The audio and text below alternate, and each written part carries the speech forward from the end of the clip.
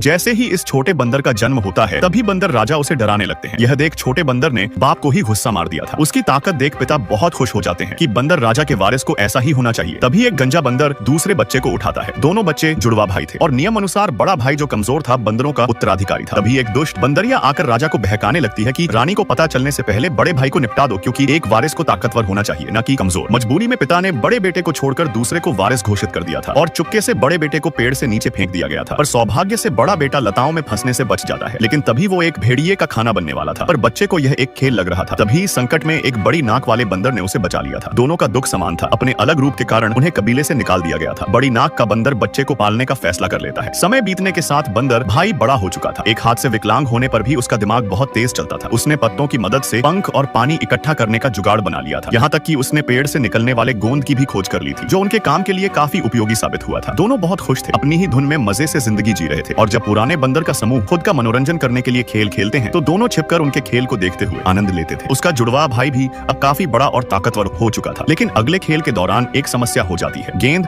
उछलकर बड़े नाक के सामने आ गई थी, इसीलिए बड़ी नाक का बंदर गेंद से मोहित हो जाता है, जिस कारण वो उछलकर जब गेंद को पकड़ने गया तो गलती से गेंद छोटी सी गुफा में चली जाती है। यह देख बंदरों का झुंड बड़ी नाक वाले को पीटना शुरू कर देते हैं। तभी बंदर भाई गोंद की मदद से गेंद को बाहर निकाल देता है। यह कारनामा देख सारे बंदर हैरान थे कि उसने गेंद कैसे निकली। तभी दूसरे बंदर भाई को लगा कि वो समूह के बीच चर्चा का केंद्र बन रहा है, इसलिए वो कमजोर बंदर को डाली समेत ही उठा लेता है और बताता है कि भले ही यह खेल का मैदान है, पर मैं इस इलाके का मालिक हूँ। उसी समय गंजे बंदर कुछ नोटिस किया कि दोनों बंदरों के पैरों की उंगलियां एक जैसी थी। यह देख गंजा बंदर और दुष्ट बंदरिया समझ चुके थे कि यह वही बीमार बंदर है जिसको उन्होंने फेंक दिया था। तभी उसके भाई ने उसे एक तरफ फेंक दिया था, क्योंकि वो खेल जारी रखना चाहता था। पर गेंद उसके हाथ से ही चिपक जाती है, क्योंकि उस पर गोंद लगा था। उसे उतारने के लिए बंदरों का पूरा समूह मदद के लिए आगे आता है और कई चक्कर काटने के बाद एक बंदर गेंद के साथ उछलकर सीधा ऊपर आ जाता है और गेंद उसके हाथों से छूटकर सरदार के सिर पर गिर जाती है। और जब गंजा बंदर जोर से गेंद को खींचता है तो उसने सरदार को ही गंजा कर दिया था। उसी समय चुड़ैल बंदरिया राजा के छोटे बेटे को बताती है कि उन्हें बड़े बेटे को रास्ते से हटाना होगा, वरना सिंहासन उसको दे दिया जाएगा। इसलिए वो एक जाल बुनते हैं। बंदर भाई को सरदार के पास लाया जाता है। सबने यही सोचा था कि सरदार उसे उसकी हरकतों के लिए